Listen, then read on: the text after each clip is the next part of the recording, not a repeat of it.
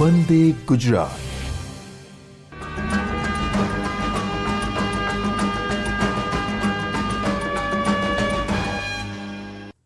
નમસ્કાર।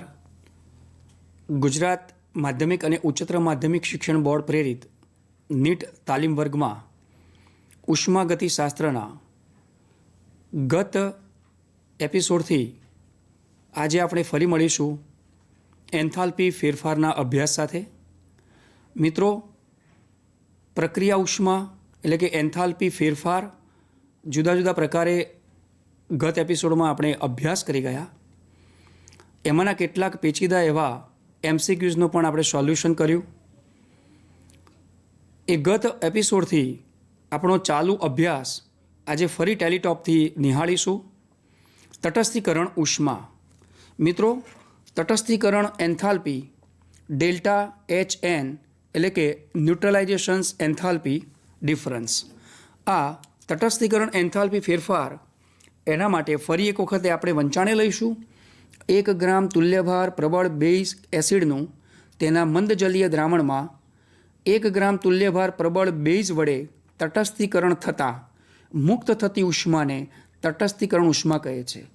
મિત્રો, જોઈ શકો છો કે 1 ગ્રામ તુલ્યભાર પ્રબળ એસિડ હશે, તેના મંદજલીય દ્રાવણમાં 1 ગ્રામ તુલ્યભાર પ્રબળ બેઝ વડે તટસ્થીકરણ કરવાનું છે। In the short sense H+ અને OH- એક્વિયસ ફોર્મમાં 1 મોલ પાણી બનશે ત્યારે ઉદ્ભવતી ઉષ્માનું આ મૂલ્ય છે। આ તો એકમાત્ર રિવિઝનનો નમ્ર પ્રયાસ હતો। તટસ્થીકરણ ઉષ્મા પરત્વે આપણે કેટલાક એમસીક્યુનો આપણે અભ્યાસ કર્યો। આજે ફરી એક વખતે એકાદ એવા પણ એમસીક્યુનો અભ્યાસ કરીશું। તો જોઈ શકો છો, તટસ્થીકરણ ઉષ્મા એટલે કે તટસ્થીકરણ એન્થાલ્પી ફેરફાર જે છે તેના પરત્વેનો એક એમસીક્યુ।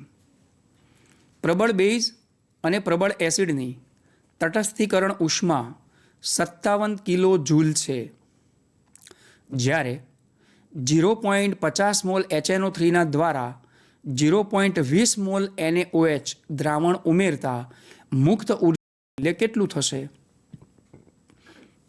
અહીંયા એટલું ચોક્કસ આપ્યું છે કે પ્રબળ બેઝ અને પ્રબળ એસિડની તટસ્થીકરણ ઉષ્માનું મૂલ્ય આટલું હોય છે, પરંતુ અહીંયા આપણને પ્રબળ એસિડ પણ આપ્યો છે અને અહીંયા પ્રબળ બેઝ પણ આપ્યો છે। તો હવે બંનેના આ જે જુદા જુદા મોલ છે એના દ્વારા આપણે દાખલો ગણીશું। તો જુઓ, દાખલો ગણેલો જ છે। HNO3નું કદ આપણને આપેલું છે 0.5 મોલ, NaOHનું કદ 0.2 મોલ। તો 0.2 મોલ HNO3નું NaOHમાંના 0.2 મોલ OH- આયન સાથે સંયોજાય ત્યારે મુક્ત થતી ઉર્જા માટે આપણે ડેલ્ટા H મલ્ટીપ્લાય 0.2 લઈશું, કારણ કે બંનેના સમાન મોલ સંયોજાય છે ને, એટલે 0.2 મોલ HNO3ના 0.2 મોલ OH- આયન સાથે સંયોજાતા તેના એન્થાલ્પી ફેરફારનું મૂલ્ય જે હોય એની સાથે આપણે 0.2 વડે ગુણી નાખીશું। તો જુઓ, 57 કિલો જૂલ એ આપણું ડેલ્ટા Hનું મૂલ્ય છે, એની સાથે 0.2 મોલને ગણતા આપણો જવાબ થશે 11.4। ઓપ્શનમાં જોઈ લે 11.4 એ આપણો સાચો જવાબ આ રહ્યો। ડી વિકલ્પ આપણા માટે સાચો બનશે।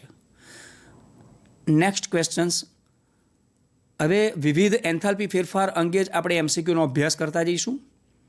સ્ફટિકમય ઘન NaClની લેટાઇસ એન્થાલ્પી 180 કિલો કેલરી પ્રતિ મોલ અને દ્રાવણની એન્થાલ્પી 1 કિલો કેલરી પ્રતિ મોલ છે।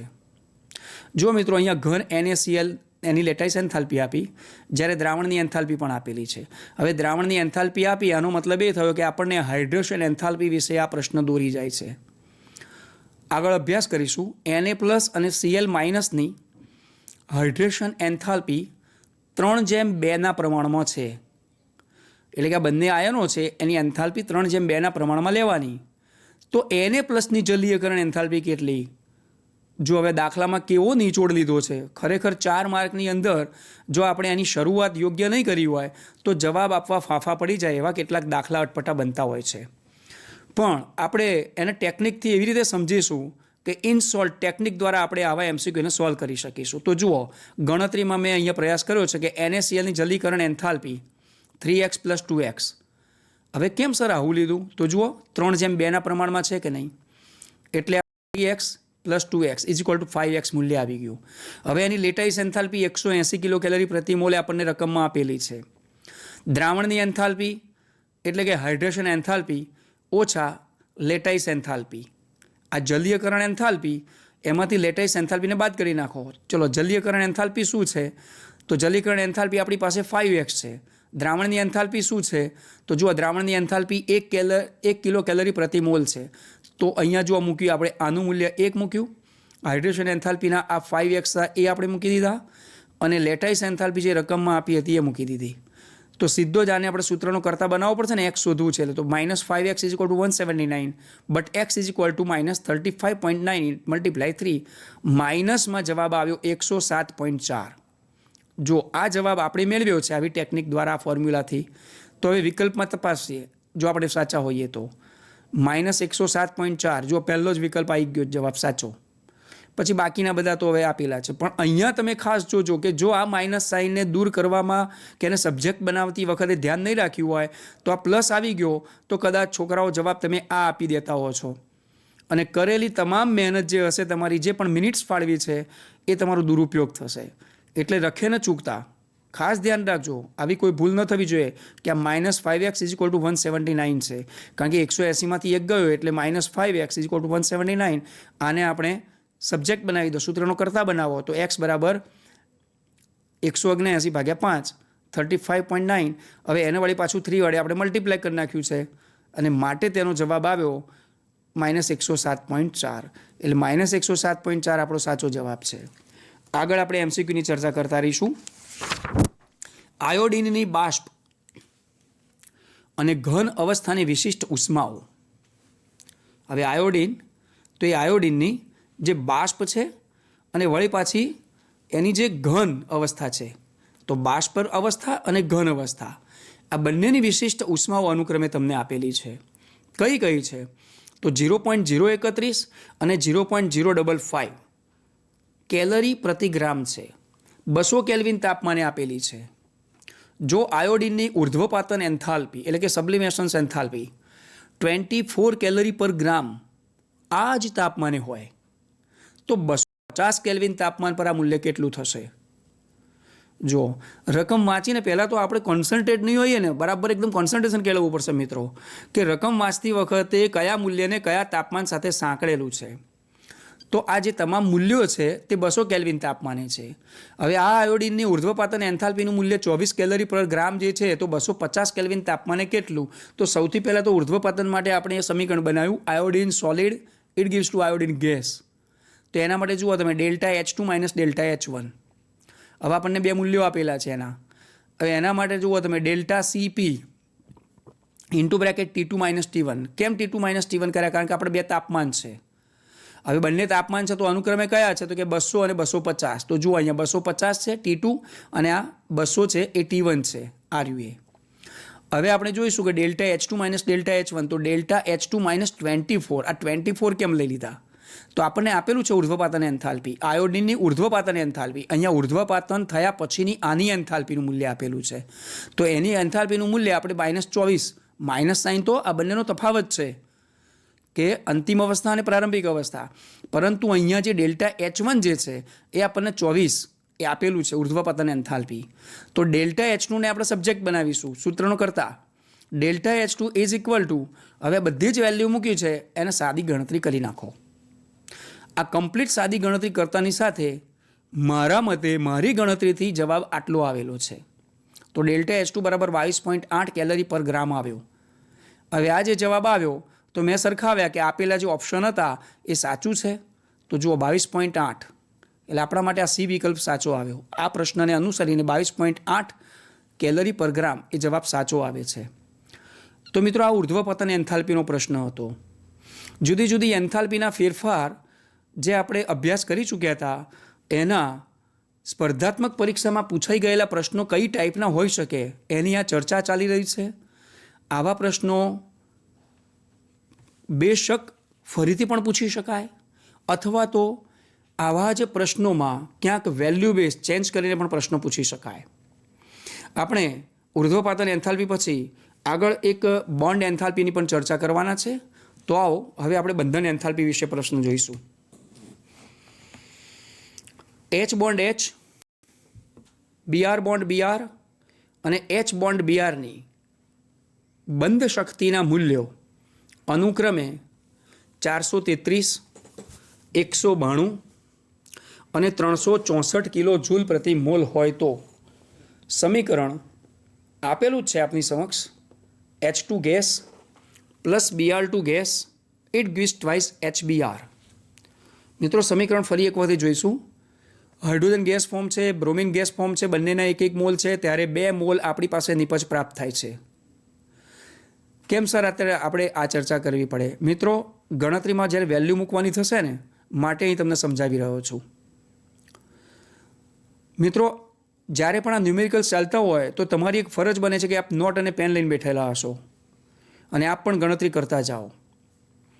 આપેલા દાખલામાં જે પણ વેલ્યુઝ છે એ વેલ્યુઝ આપ જોઈ શકો છો. જે પણ 3 વેલ્યુ આપી છે એ 3 વેલ્યુ અનુક્રમે આપેલી છે, દરેકની બોન્ડ એન્થાલ્પી.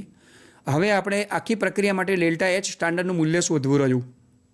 તો પ્રક્રિયા રકમમાં આપી હતી એ જ છે. ચલો આપણે ડેલ્ટા એચ સ્ટાન્ડર્ડ ટોટલ રિએક્શનની મેળવવાની છે. તો BER, તા BE શું છે? Bond enthalpy. કોની છે? રિએજન્ટની છે. કોની છે? પ્રોડક્ટની છે. તો અહીંયા આ પ્રક્રિયકોની બોન્ડ એન્થાલ્પીમાંથી નિપજોની બોન્ડ એન્થાલ્પીના મૂલ્યને બાદ કરીશું.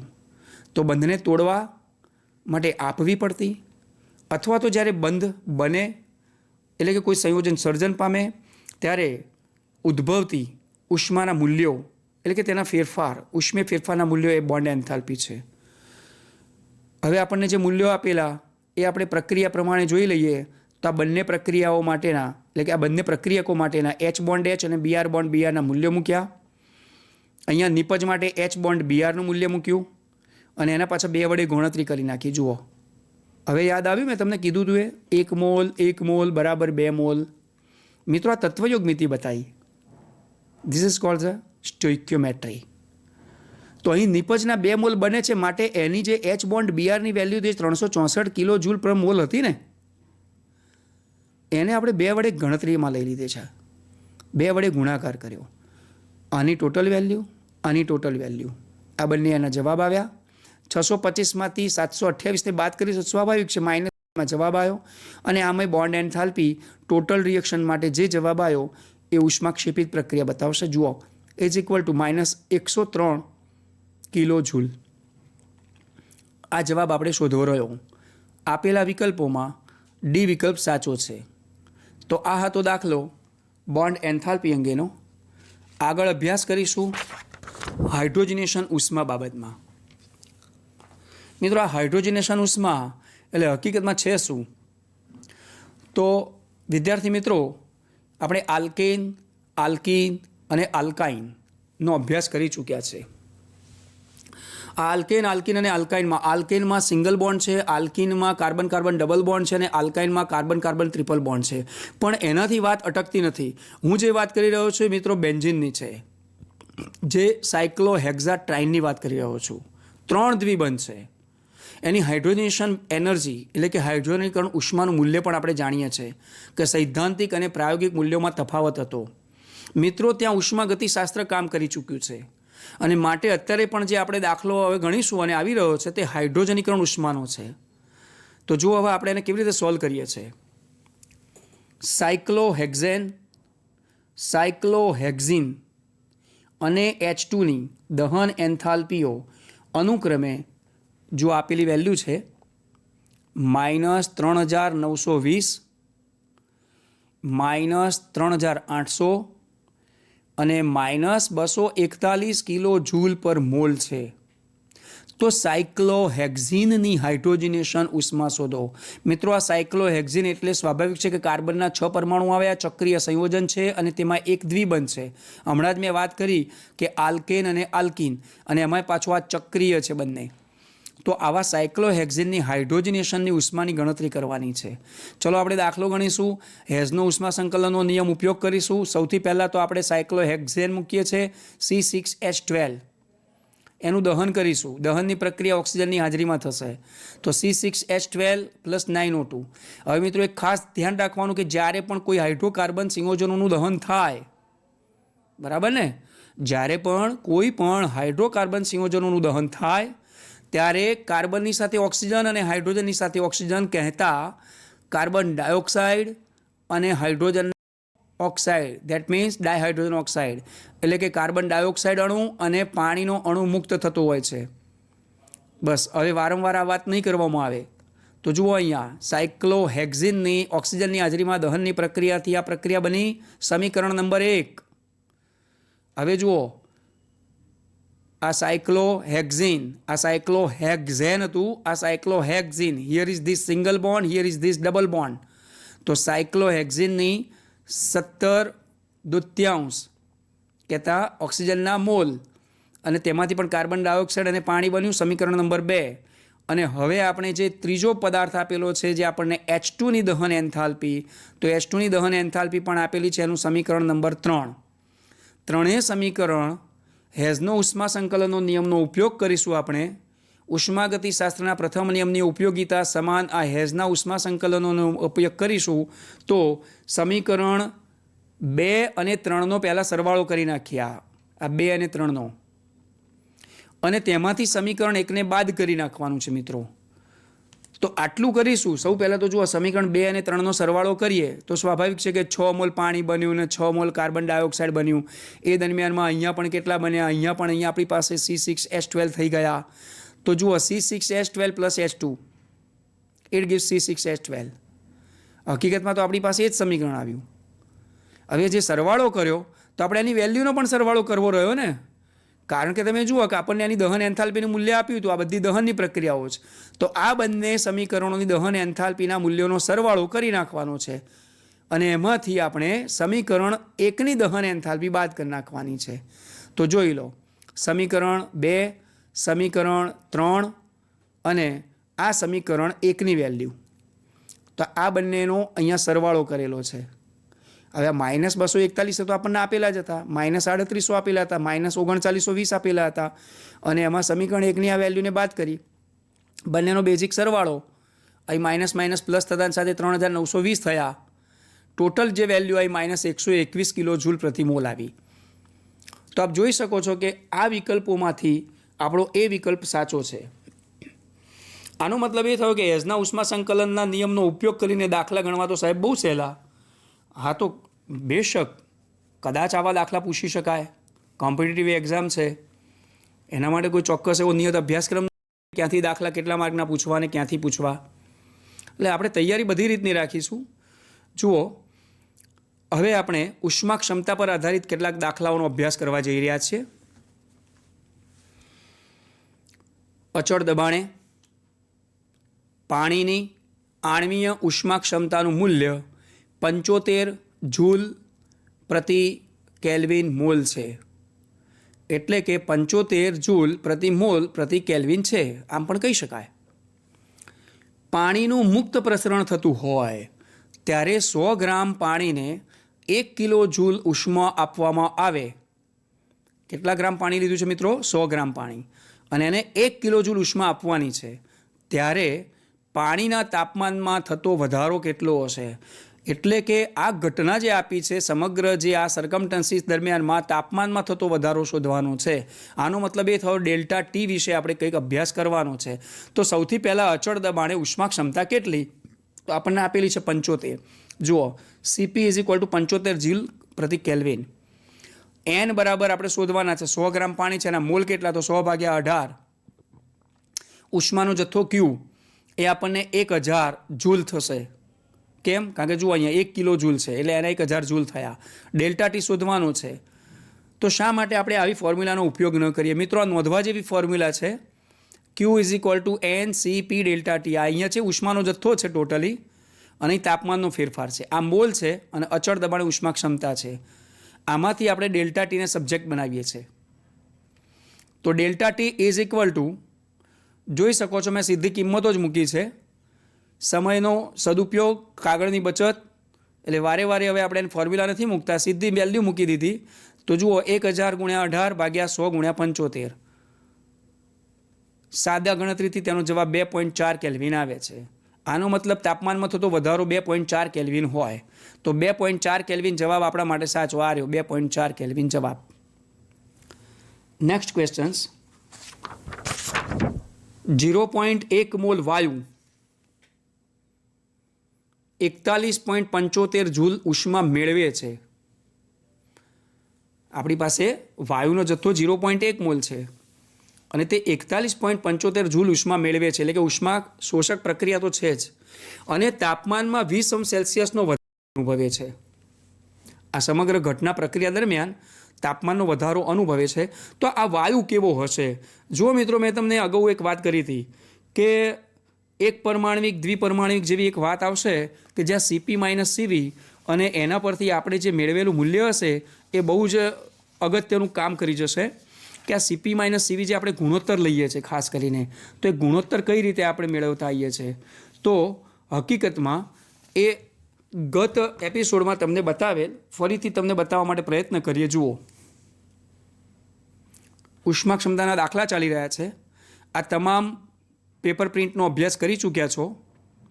ફરીથી એક નાનકડા પુનરાવર્તન સ્વરૂપે જોઈ શકો છો. સીપી માઇનસ સીવી બરાબર આર 1 મોલ માટે હોય, આ એન મોલ માટે હોય.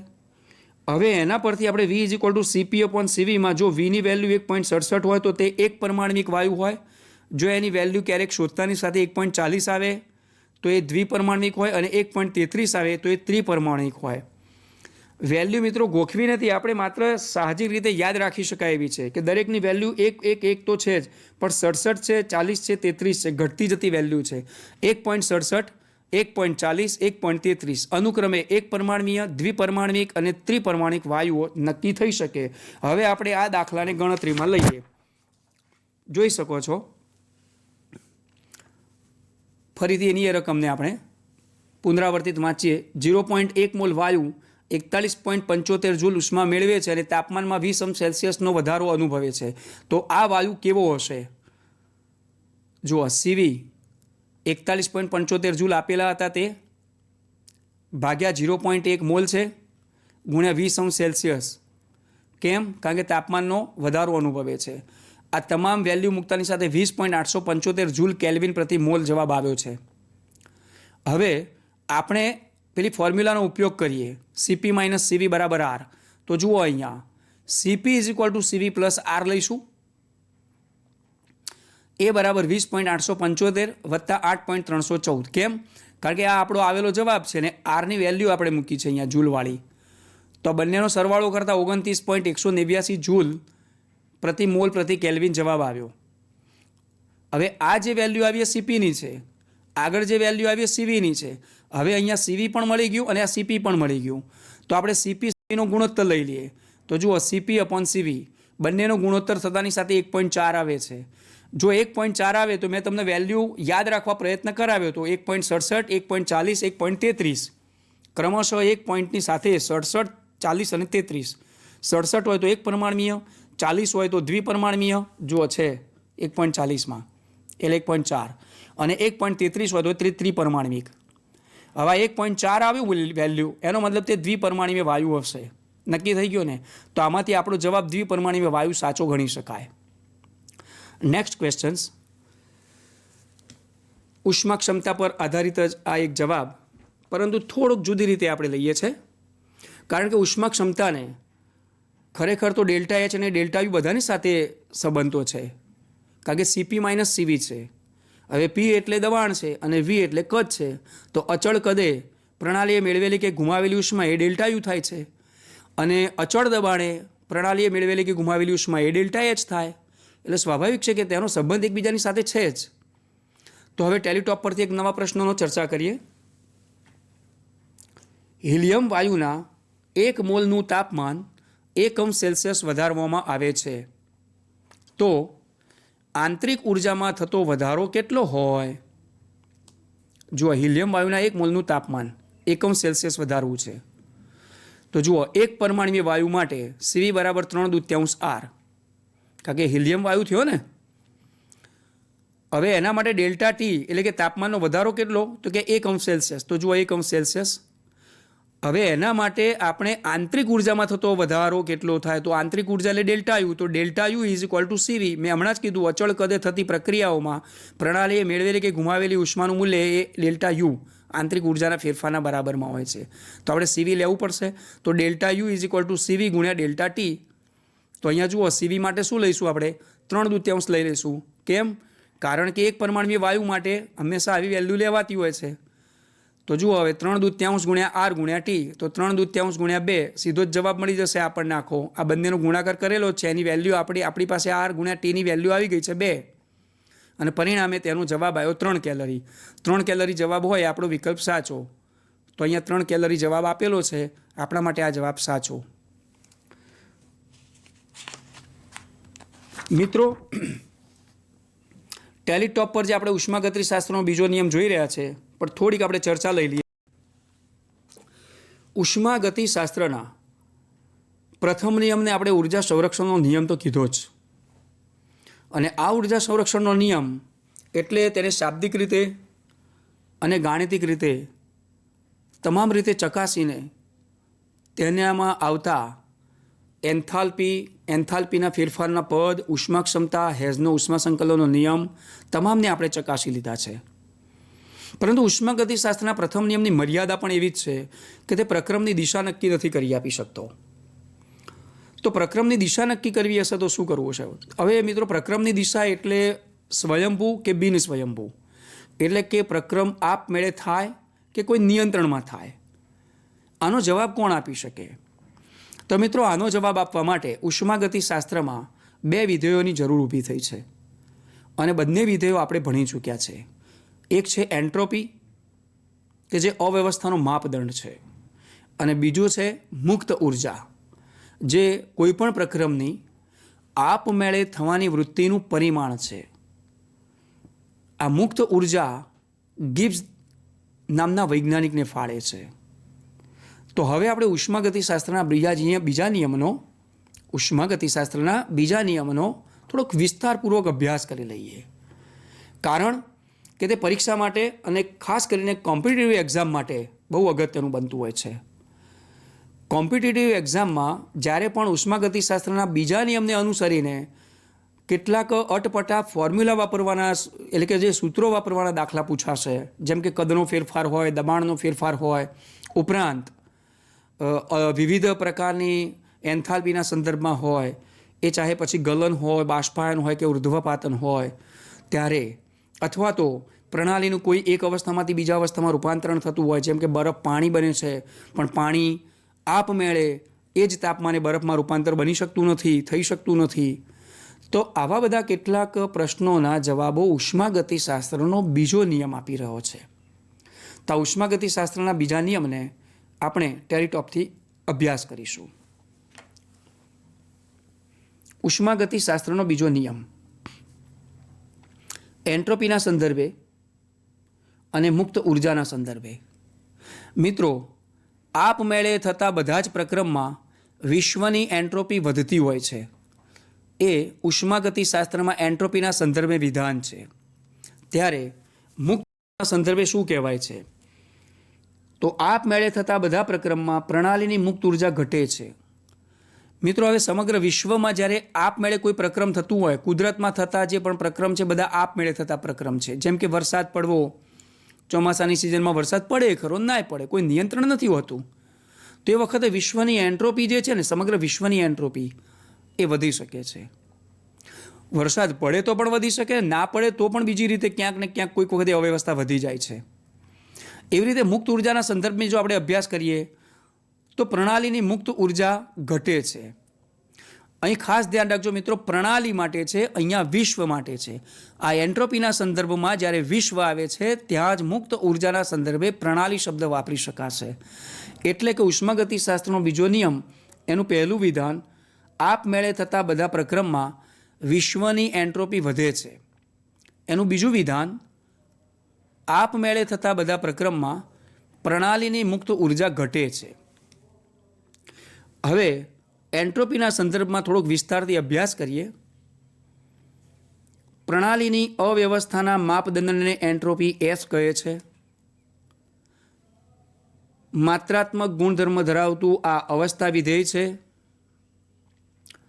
તાપમાન વધતાની સાથે તેનું મૂલ્ય વધે છે. એટલે કે ઘન કરતાં પ્રવાહી અને પ્રવાહી કરતાં વાયુમાં એન્ટ્રોપીનું મૂલ્ય વધતું હશે. બરફ કરતાં પાણી કે પાણી કરતાં જ્યારે વરાળ બને ત્યારે તેના એન્ટ્રોપીના મૂલ્યમાં વધારો થતો હોય છે. માટે અહીંયા બતાવ્યું છે કે entropy S is the solid is less than entropy S is the liquid is the less than entropy S form of the gas. ઘન, પ્રવાહી અને વાયુ અવસ્થામાં એન્ટ્રોપીનો આ સંકેત બતાવેલો છે. મિત્રો, તેનું નિરપેક્ષ મૂલ્ય માપી શકાતું નથી. હવે એન્ટ્રોપીનું નિરપેક્ષ મૂલ્ય ના માપી શકાતું હોય તો આપણે કયું મૂલ્ય માપીશું? તો કે ફેરફારનું મૂલ્ય માપી શકાય છે, એટલે કે ડેલ્ટા એસ માપી શકાય. હવે એને માપવા માટે તેની કેટલીક ગાણિતિક રજૂઆતો કંઈક જુદી જુદી રીતે હોય છે. એ આપણે અભ્યાસ કરીએ તે પહેલાં મુક્ત ઉર્જાના સંદર્ભમાં પ્રણાલીની મુક્ત ઉર્જા ઘટે છે તેનો થોડો વિસ્તારથી અભ્યાસ કરીશું. પ્રક્રમની આપમેળે થવાની વૃત્તિનું પરિમાણ છે કોણ? તો કે મુક્ત ઉર્જા.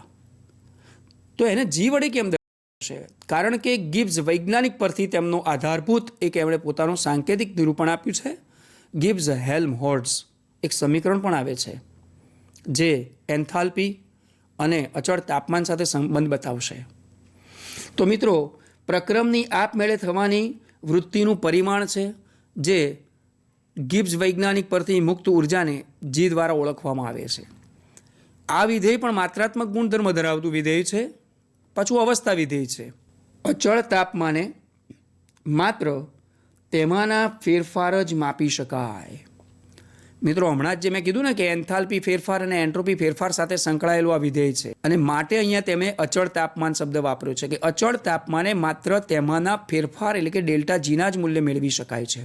પદાર્થની એન્થાલ્પીના નિરપેક્ષ મૂલ્ય પર આધારિત છે. પદાર્થની જે પણ એન્થાલ્પી એચ હશે કે જે અવસ્થા વિધેય છે, ડેલ્ટા એચનું મૂલ્ય મેળવવામાં આવે છે, માટે જ અહીંયા એમ કહી શકાય કે એના માટે પણ ડેલ્ટા જી માપવામાં આવે છે. તો પદાર્થની એન્થાલ્પીના નિરપેક્ષ મૂલ્ય પર આધારિત છે કે જેનું નિરપેક્ષ મૂલ્ય શોધી શકાતું નથી. હવે આ તમામ પ્રકારની બાબતો છે અને આને પણ શોધવું છે તો એની ગાણિતિક રજૂઆત બહુ જ જરૂરી બને છે. તો ચાલો ત્યારે આપણે એન્ટ્રોપીની સૌપ્રથમ ગાણિતિક રજૂઆત કેવી થાય, તેની ઉપયોગિતા કેવી થાય, અને ત્યારબાદ પછી આપણે પ્રણાલી માટેની મુક્ત ઉર્જાની પણ રજૂઆત કેવી છે તેનો અભ્યાસ કરીશું. એન્ટ્રોપી અવ્યવસ્થાનો માપદંડ, માત્રાત્મક ગુણધર્મ ધરાવતું વિધેય છતાં પણ એ અવસ્થા વિધેય છે. તેની ગાણિતિક રજૂઆત અને તેની જ્યારે ઉપયોગિતા કરવાની થાય તો આ ગાણિતિક રજૂઆત કર્યા પછી દાખલા ગણવા માટે કેવી રીતે ઉપયોગ કરીશું? ઉષ્માગતિશાસ્ત્રના બીજા નિયમને સાચો ઠેરવવા માટે, એટલે કે ઉષ્માગતિશાસ્ત્રના બીજા નિયમથી સ્વયંભૂ બિનસ્વયંભૂ પ્રક્રમના જવાબ આપવા માટે આપણે ક્યાં ઉપયોગિતા લઈશું? હવે આપણે તેનો બહોળો અને ઊંડો અભ્યાસ કરીશું ટેલિટોપ પરથી. તેના માટે ફોર્મ્યુલા છે delta S is equal two SF minus SI. મિત્રો, આ એફ એટલે ફાઇનલ સિચ્યુએશન પોઝિશન છે અને આ આઈ એટલે ઇનિશિયલ છે, પ્રારંભિક અને અંતિમ. આવું ન લખવું હોય તો આપણે કોઈ પણ પ્રક્રિયા માટે ડેલ્ટા એસ એ પ્રોડક્ટ અને રિએજન્ટ શબ્દથી પણ લખી શકાય, એટલે કે નિપજ અને પ્રક્રિયા, એટલે કે નિપજોની એન્ટ્રોપીમાંથી પ્રક્રિયકોની એન્ટ્રોપીના મૂલ્યને બાદ કરી શકાય. હવે આપણે એમ થાય કે સાહેબ આવી રીતે પ્રક્રિયકોને નિપજોની એન્ટ્રોપી કેમ નહીં માપવી? તો એ માપવા માટે તેમનો ફેરફાર માપી શકાય આ રીતે કે કોઈ ચોક્કસ તાપમાને પ્રતિવર્તીપણે પ્રણાલીએ મેળવેલી કે ગુમાવેલી ઉષ્મા એ તેનો ડેલ્ટા એસ છે. તો આ ક્યુ શું છે? ઉષ્મા છે. ક્યારે? તો જુઓ delta H, Q is equal to delta H, અને આ તાપમાન છે. તો આ બંને એકબીજાના પર્યાય સ્વરૂપે છે અથવામાં છે, જ્યારે આ એનું એક ફોર્મ બતાવેલું છે જે બેઝિક ફોર્મ્યુલા છે. હવે આ delta S is equal to Q reversible by T. તો પદાર્થ તો ઘન પણ હોઈ શકે, પ્રવાહી પણ હોઈ શકે, વાયુ પણ હોઈ શકે. તો જ્યારે પદાર્થની ભૌતિક અવસ્થા એટલે કે સ્થિતિ બદલાતી હોય ત્યારે કયું સૂત્ર? તો જુઓ મિત્રો, સૂત્ર આનું આ જ છે, પણ એ વખતે તેમના એન્થાલ્પીના મૂલ્યો બદલાય. કેમ? કારણ કે તેમની ઘટના બદલાય. કેમ? તો જુઓ, ગલનની ઘટના હોય, ક્યાંક બાષ્પાયનની ઘટના હોય, ક્યાંક ઉર્ધ્વપાતનની ઘટના હોય. મિત્રો, ઉર્ધ્વપાતનની ઘટના માટે તમને આયોડિનનું પેલું સ્વરૂપ યાદ આવે છે ને, iodine solid it to converted in iodine gas. વચ્ચે લિક્વિડ ફોર્મ આવે જ નહીં. હવે આપણે જો આ delta S is equal two ગલન, ડેલ્ટા એચ ગલન અપોન ટી, કેમ સાહેબ આ ડેલ્ટા એચ લઈ લીધું? અહીંયા તો ક્યુ રિવર્સેબલ છે. તો જુઓ મિત્રો, અહીંયા ક્યુ બરાબર ડેલ્ટા એચ છે, તો અહીંયા ડેલ્ટા એચ ગલન અપોન ટી. જુઓ સૂત્ર સેમ છે, માત્ર ગલનની પ્રક્રિયા છે. બાષ્પાયન બાષ્પ બની રહ્યું છે. ઉર્ધ્વપાતન ઘનમાંથી સીધું જ વાયુમાં રૂપાંતરણ થઈ રહ્યું છે. હવે આપને થશે મિત્રો કે આ 3 સૂત્રો છે, તો આ 3 સૂત્રો વડે આપણે પ્રક્રમની દિશા કઈ રીતે માપવી? તો ચલો, અલબત્ત આટલું તો નક્કી થયું કે delta S is equal to delta H upon T, એટલે કે પ્રણાલીની એન્થાલ્પીનો ફેરફાર આપણી પાસે હશે કોઈ ટી તાપમાને, તો આપણે ડેલ્ટા એસ માપી શકીશું. આવા ડેલ્ટા એચ નક્કી કરીશું અને એની પરથી ડેલ્ટા એસ શોધી શકીશું. તો મિત્રો, હવે જે એક ફોર્મ્યુલા આપણે બતાવવા જઈ રહ્યા છે, બહુ જ કોમન ફોર્મ્યુલા છે. જેઓને અભ્યાસક્રમ સ્ટાર્ટ કર્યો હશે આપણે ઉષ્માગતિશાસ્ત્રનો અને બીજા નિયમની શરૂઆત કરી હશે, ત્યાં આ ફોર્મ્યુલા તો બહુ જ ઇઝી છે, પાયાની છે. જોઈએ, પ્રક્રમની આપમેળે થવાની દિશા નક્કી કરવા માટે, એટલે કે તે સ્વયંભૂ છે કે બિન સ્વયંભૂ, પ્રક્રમ આપમેળે થશે કે કોઈ નિયંત્રણમાં થશે, એને નક્કી કરવું હોય તો શું કરવું?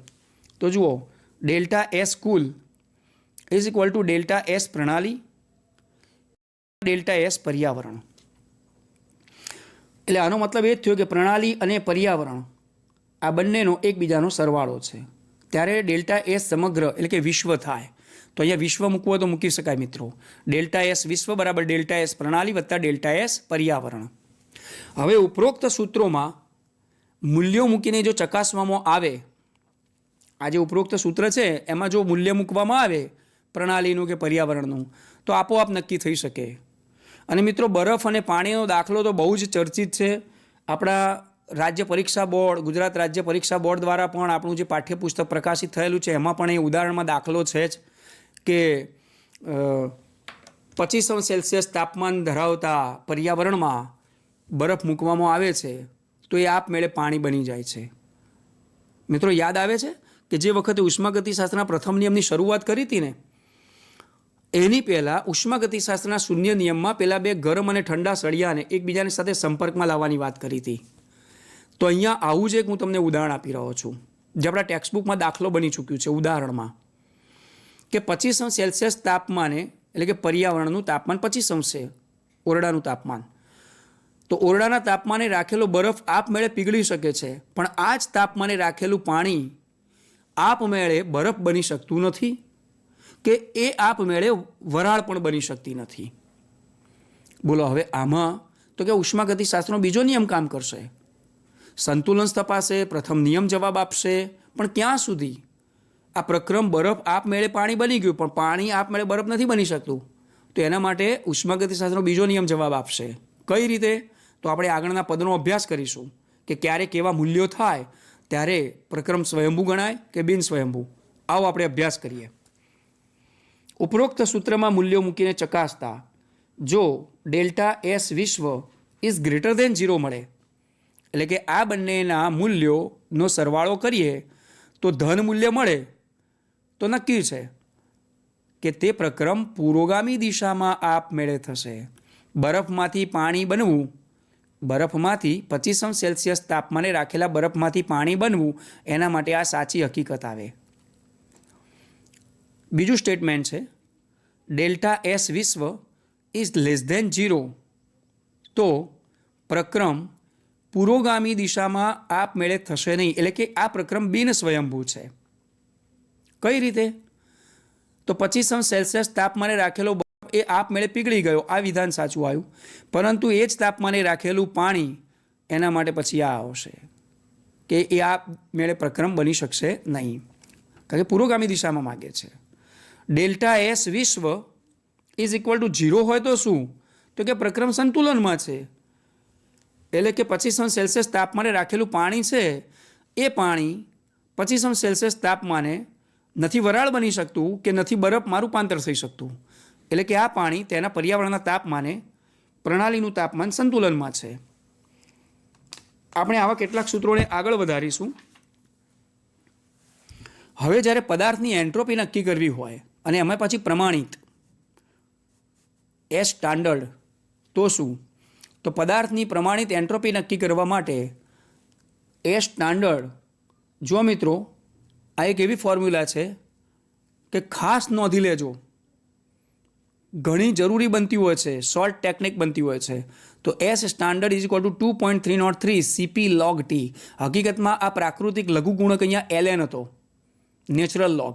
એમાંથી સામાન્ય લઘુગુણકમાં ફેરવીશું એટલે એની આપણે કિંમત મૂકી દીધી 2.303. એટલે 2.303 CP log T. હજી પણ એક બીજી ફોર્મ્યુલા છે, આદર્શ વાયુના n મોલ માટે અચળ તાપમાને કદ બદલાય ત્યારે એન્ટ્રોપી ફેરફાર નક્કી કરવા માટે આ વપરાતું સૂત્ર છે. એ ચાહે કદનો ફેરફાર હશે, ચાહે દબાણનો ફેરફાર હશે. જુઓ, delta S is equal two NR ln V2/V1. જો મિત્રો આ પ્રાકૃતિક લઘુગુણકને સામાન્ય લઘુગુણકમાં ફેરવવો હશે ને તો અહીંયા લોગ મૂકી દો, અહીં 2.303 મૂકી દો. આપ જાણો જ છો અને ફિઝિક્સનો પણ ખૂબ અભ્યાસ કરેલો છે અને આવા કેટલાક ln અને લોગનો બહુ જ બહોળો ઉપયોગ પણ કરેલો છે.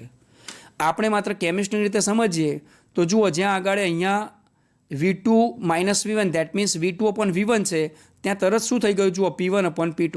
એક સામાન્ય બોયલના નિયમનો ઉપયોગ કરો ને તો પણ તમને ખ્યાલ આવે વ્યસ્ત પ્રમાણમાં છે તેમ. તો મિત્રો આ હતું એન્ટ્રોપીની ગાણિતિક રજૂઆત, કે એન્ટ્રોપીને આપણે ગાણિતિક રીતે સૂત્ર સમીકરણથી કઈ રીતે બતાવી શકીએ. કારણ કે એન્ટ્રોપી એ પ્રક્રમની દિશા નક્કી કરતું એક અગત્યનું અવસ્થા વિધેય તો છે જ. હવે એક અવસ્થા વિધેય એવું છે પાછું કે જે મુક્ત ઉર્જાના સંદર્ભે છે. એમાં આવી રીતે પ્રણાલી અને પર્યાવરણ એમ બંનેની એન્ટ્રોપી નક્કી કરવા એ વિધેય માત્ર ને માત્ર પ્રણાલીની મુક્ત ઉર્જા નક્કી કરી આપે અને ત્યારબાદ આપણે પ્રક્રમની દિશા નક્કી કરી શકીએ છીએ. એટલે હકીકતમાં એમ થાય કે એન્ટ્રોપી કરતાં મુક્ત ઉર્જા વિધેય એ માત્ર પ્રણાલીની જ મુક્ત ઉર્જા શોધીને પણ એનો ફેરફાર શોધીને પ્રક્રમની દિશા નક્કી કરી આપતું વિધેય છે. તો ચાલો એનો પણ આપણે અભ્યાસ કરી લઈએ. મુક્ત ઉર્જા G, તેની ગાણિતિક રજૂઆત અને ક્યાં ઉપયોગ થશે. તો એવી કેટલીક બેઝિક ફોર્મ્યુલા છે. અચળ તાપમાને એન્થાલ્પી સાથે આવો સંબંધ બતાવતું સૂત્ર છે. હકીકતમાં આનો ક્યાંય ઉપયોગ નથી થતો, પરંતુ ક્યારેક MCQ બેઝ બની શકે કે અચળ તાપમાને એન્થાલ્પી સાથે કેવો સંબંધ છે, તો કે G is equal two H - TS. હવે આ તો અવસ્થા વિધેય છે એટલે આનો તો ફેરફાર જ માપી શકાય, દેટ મીન્સ ડેલ્ટા H આવે. તો જો આ અવસ્થા વિધેય છે તો અચળ તાપમાને આ પણ ફેરફારનું જ મૂલ્ય લેવું પડે, દેટ મીન્સ ડેલ્ટા S. એટલે અહીંયા બંને આ પણ એન્થાલ્પી ફેરફાર હોય, આ પણ એન્ટ્રોપી ફેરફાર હોય, તો અચળ તાપમાને આપણે હંમેશા ડેલ્ટા G જ માપી શકીએ અને માટે આ સૂત્રનું સ્વરૂપ આવું થઈ શકે. એટલે આનો બહોળો ઉપયોગ થાય અને આનું જ મહત્વ રહ્યું છે આપણા ઉષ્માગતિશાસ્ત્રમાં. એટલે delta G is equal to delta H - T delta S થશે.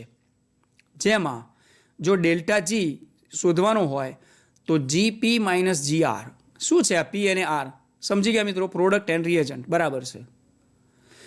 આ ઉપરોક્ત સૂત્રમાં આપણે જો મૂલ્ય મૂકી દઈએ એન્થાલ્પી ફેરફાર અને એન્ટ્રોપી ફેરફારના, તો જેમ અગાઉ આપણે એન્ટ્રોપી ફેરફારમાં સમજી ગયા ને કે delta S is greater than 0 હોય તો આપમેળે થાય, delta S is less than 0 હોય તો તે આપમેળે ન થાય, delta S is equal to 0 હોય તો એ સંતુલનમાં હોય. પણ મિત્રો એન્ટ્રોપીની બાબતમાં તો આપણે પ્રણાલી અને પર્યાવરણ એમ બંનેની એન્ટ્રોપી શોધવી પડે, બંનેનો સરવાળો કરવો પડે, પછી આનો ડેલ્ટા S જે આવે એટલે કે ડેલ્ટા S સમગ્ર વિશ્વનું મૂલ્ય જે greater than 0 less than 0 is equal to 0 હોય.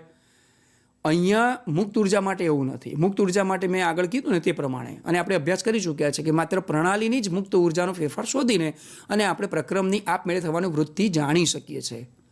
પણ કઈ રીતે?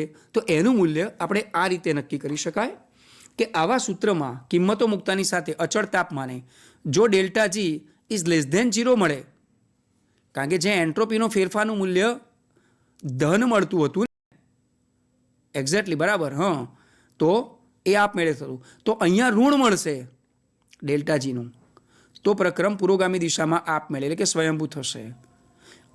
આનાથી વિરુદ્ધ સ્ટેટમેન્ટ આ કે જો delta G is greater than 0 that means ધન મૂલ્ય મળે તો એ પ્રક્રમ આપમેળે નહીં થાય. પુરોગામી દિશામાં તે સ્વયંભૂ નથી, કારણ કે મુક્ત ઉર્જાના ફેરફારનું મૂલ્ય વધી રહ્યું છે. પ્રણાલીની મુક્ત ઉર્જા વધી રહી છે એનો મતલબ અવ્યવસ્થા ઘટી રહી છે. આવા સ્ટેટમેન્ટ માટે delta S is less than 0 હોય, એટલે કે ડેલ્ટા એસનું ઋણ મૂલ્ય હોય જ્યારે ડેલ્ટા જીનું ધન મૂલ્ય હોય છે.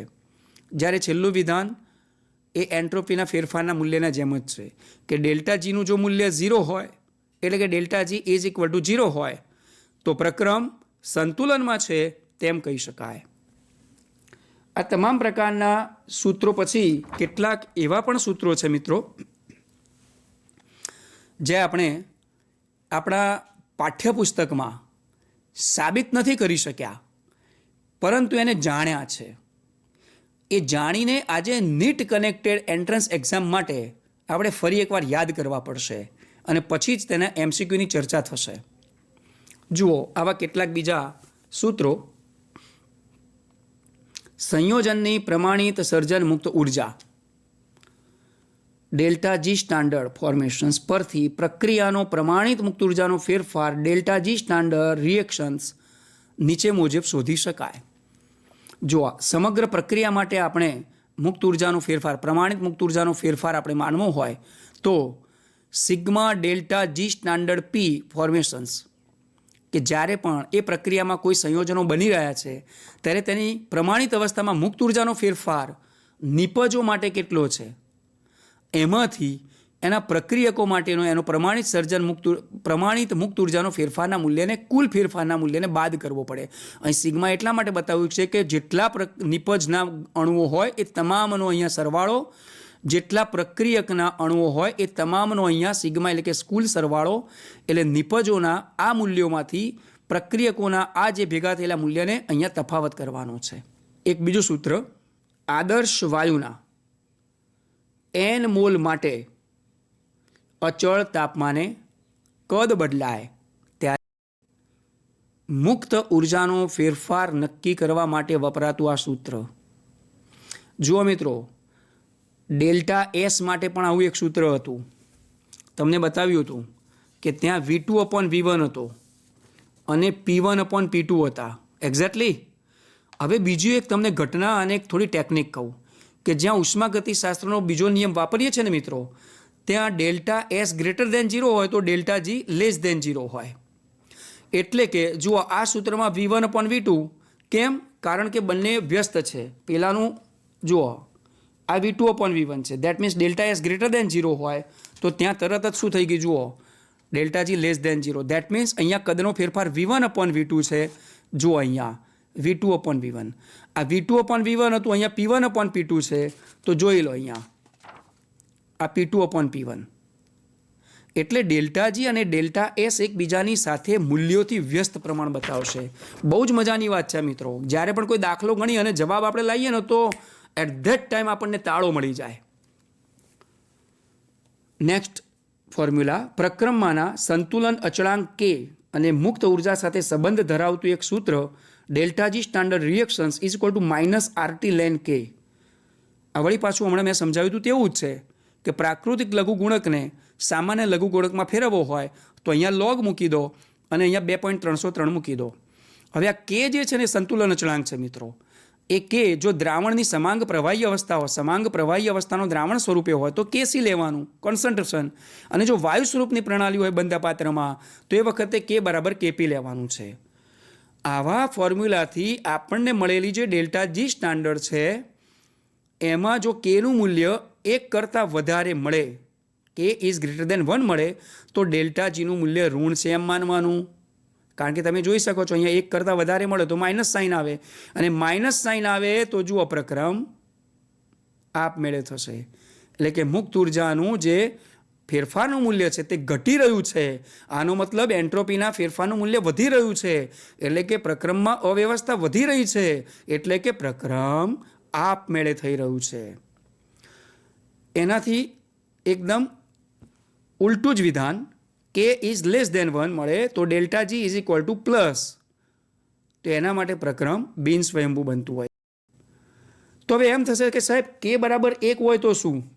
તો મિત્રો K બરાબર 1 હોય ત્યારે આપણે એમ કહી શકીએ છીએ કે K બરાબર 1 મળે તો ડેલ્ટા જીનું મૂલ્ય 0 હોય છે, એટલે કે પ્રક્રમ સંતુલનમાં છે એમ કહી શકાય. હવે પ્રમાણિત પરિસ્થિતિમાં આપેલા મૂલ્યો હોય ત્યારે પણ ક્યારેક આવા delta G standard is equal to delta H standard minus T delta S standard સૂત્રનો ઉપયોગ થાય. એ ઉપરાંત પ્રમાણિત મુક્ત ઉર્જા ફેરફારના મૂલ્ય અને સંતુલન અચળાંકના મૂલ્ય પરથી પણ જો બિન પ્રમાણિત અવસ્થાએ મુક્ત ઉર્જા ફેરફાર શોધવો હોય તો આપણે આ ફોર્મ્યુલાથી કોઈ પણ દાખલો હશે તો એમાં સંતુલન અચળાંક, ચાહે તાપમાનનો ફેરફાર કે અચળ તાપમાન શોધવું હોય કે ચાહે પછી આપણે ડેલ્ટા જી સ્ટાન્ડર્ડ રિએક્શન્સ જે છે એમાંથી પ્રમાણિત અવસ્થાની મુક્ત ઉર્જા પરથી બિન પ્રમાણિત અવસ્થાની મુક્ત ઉર્જા શોધવી હોય તો પણ શોધી શકાશે. અને આ સમગ્ર ઉષ્માગતિશાસ્ત્રમાં આપણે યાંત્રિક કાર્ય તો અભ્યાસ કર્યો હતો, પરંતુ વિદ્યુત કોષ જ્યારે કાર્યરત હોય ત્યારે વિદ્યુત કાર્ય અને ડેલ્ટા જી માટેનું આ એક નીચે સૂત્ર છે કે ડેલ્ટા જી સ્ટાન્ડર્ડ રિએક્શન આયનિક પ્રક્રિયાઓ માટે, વિદ્યુત કોષ માટે થતી પ્રક્રિયા, પ્રણાલી દ્વારા થતું કાર્ય છે. વિદ્યુત કોષ જ્યારે કાર્ય કરી રહ્યું છે ત્યારે n mole electrons, f Faraday અને E standard cell that means કોષ પોટેન્શિયલ એ આ પ્રમાણિત અવસ્થામાં છે અને આ બિન પ્રમાણિત અવસ્થામાં છે. તો મિત્રો, મુક્ત ઉર્જા એટલે કે ડેલ્ટા જી સ્ટાન્ડર્ડ કે ચાહે ડેલ્ટા જી અનસ્ટાન્ડર્ડ એટલે કે પ્રમાણિત અવસ્થા કે બિન પ્રમાણિત અવસ્થા, અહીં વિદ્યુત કોષમાં કાર્ય થતું હોય વિદ્યુત કાર્ય ત્યારે પણ પ્રમાણિત અવસ્થા કે બિન પ્રમાણિત અવસ્થા, ત્યારે આપણે મુક્ત ઉર્જાનું આ જે મહત્ત્વ સમજવાનું છે તે કોઈપણ પ્રક્રમની આપમેળે થવાની વૃત્તિનું પરિમાણ છે.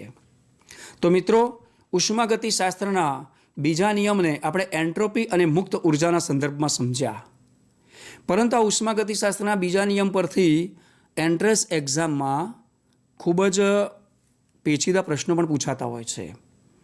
તો હવે આપણો પ્રયાસ એવો રહેશે કે આવનાર આ ઉષ્માગતિશાસ્ત્રના છેલ્લા એપિસોડમાં ઉષ્માગતિશાસ્ત્રના બીજા નિયમ પર આધારિત અને એવા કેટલાક અટપટા MCQનો અભ્યાસ કરીશું.